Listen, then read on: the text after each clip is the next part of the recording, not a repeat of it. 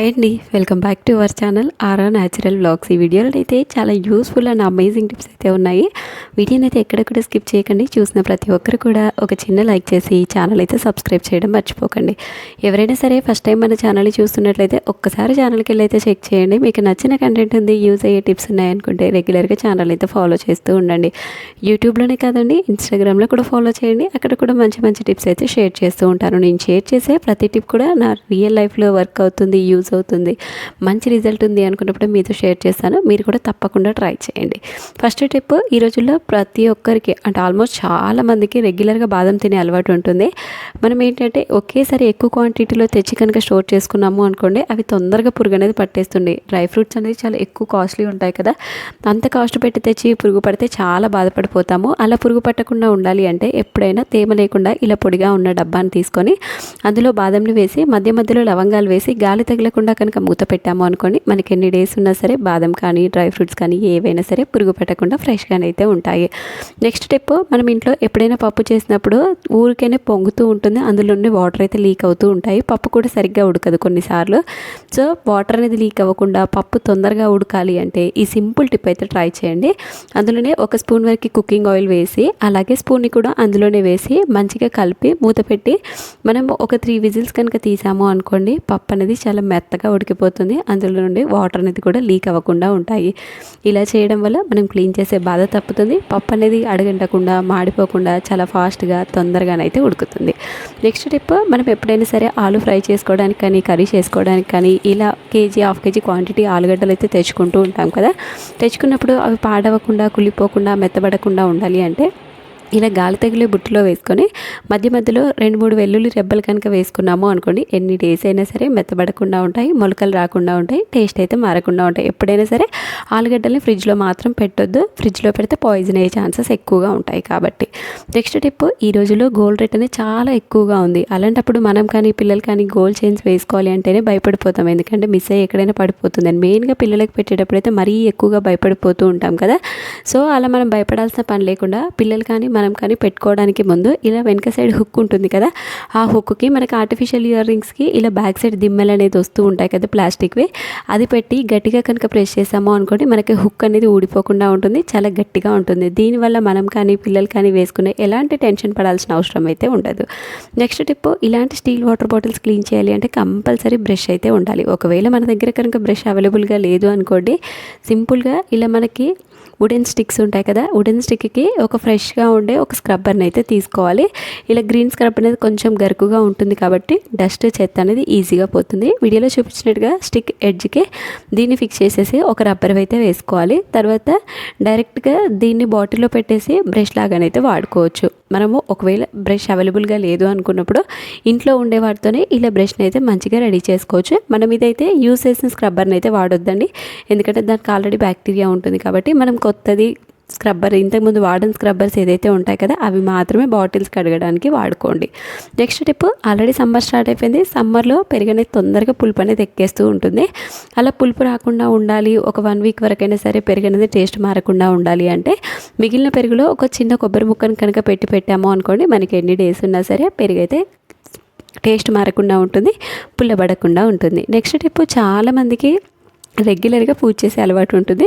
పూలు అనేది తక్కువ ప్రైస్ ఉన్నప్పుడు ఒకేసారి అయితే ఎక్కువ క్వాంటిటీ తెచ్చి స్టోర్ చేసుకుంటూ ఉంటాం కదా. మెయిన్గా సమ్మర్లో పూలు అనేది తొందరగా వాడిపోతూ ఉంటాయి, మనం తెచ్చిన 1-2 డేస్లోనే వాడిపోతూ ఉంటాయి. అలా వాడిపోకుండా ఉండాలి, మినిమం 10-15 డేస్ అయినా సరే ఫ్రెష్గా ఉండాలి అంటే ఈ సింపుల్ టిప్ అయితే మీరు ఫాలో చేయండి. ఇలా ఒక బాక్స్ తీసుకొని అడుగున టిష్యూ పేపర్ అయితే వేసుకోవాలి. ఈ టిష్యూ పేపర్ వేయడం వల్ల అందులో ఉండే ఏదైనా తేమ కానీ తడి కానీ ఉన్నా ఈ టిష్యూ పేపర్ అనేది పీల్చేస్తుంది. అందులో ఓన్లీ మంచిగా ఉన్న ఫ్లవర్స్ని మాత్రమే సపరేట్ చేసుకోవాలి.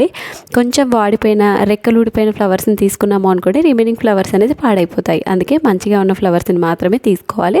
తర్వాత అందులోనే కొన్ని బియ్యంని కావాలి అంటే పైనుండి ఇంకో టిష్యూ పేపర్తో కవర్ చేసి ఫ్రిడ్జ్లో కనుక పెట్టాము అనుకోండి, 10-15 డేస్ అయితే చాలా ఫ్రెష్గా ఉంటాయి. ఈవెన్ సమ్మర్లోనైనా సరే ఇలా స్టోర్ చేయడం వల్ల చాలా ఫ్రెష్గానైతే ఉంటాయి. పైనుండి మనము ఇంకొక టిష్యూ పేపర్ కవర్ చేయడం వల్ల ఇంకా ఏదైనా తేమ ఉన్నా సరే ఈజీగా పోతుంది.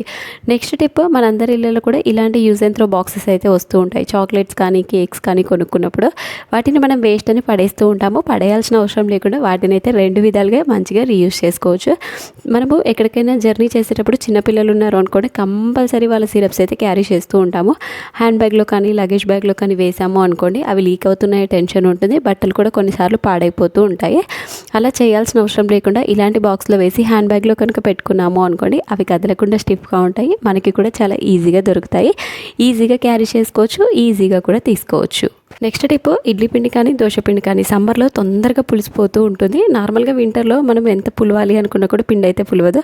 అదే సమ్మర్ స్టార్ట్ అయిపోయింది కదా, సమ్మర్ స్టార్ట్ అయిన వెంటనే మనకి పిండి అనేది కూడా తొందరగా పులిసిపోతుంది. అలా పులిసిపోకుండా ఉండాలి, చాలామంది పులిసిపోయిన పిండి అయితే తినడానికి ఇష్టపడరు కదా, అలా పులవకుండా ఉండాలి అంటే మీకు వీడియోలో చూపించినట్టుగా ఓన్లీ మనకి కావాల్సిన క్వాంటిటీ పిండిని మాత్రమే తీసుకోవాలి. రిమైనింగ్ పిండిని అంతా కూడా సపరేట్గా ఫ్రిడ్జ్లో పెట్టుకోవాలి. మనం గ్రైండ్ చేసిన వెంటనే ఫ్రిడ్జ్లో పెట్టుకున్నాము అనుకోండి, పిండి అనేది పులవకుండా ఫ్రెష్గా ఉంటుంది. సాల్ట్ కూడా మనకు కావాల్సిన క్వాంటిటీ సాల్ట్ మాత్రమే యాడ్ చేసుకోవాలి. మొత్తం క్వాంటిటీలో కనుక మనం యాడ్ చేసుకున్నాము అనుకోండి, పిండి అనేది తొందరగా పులిసిపోతుంది.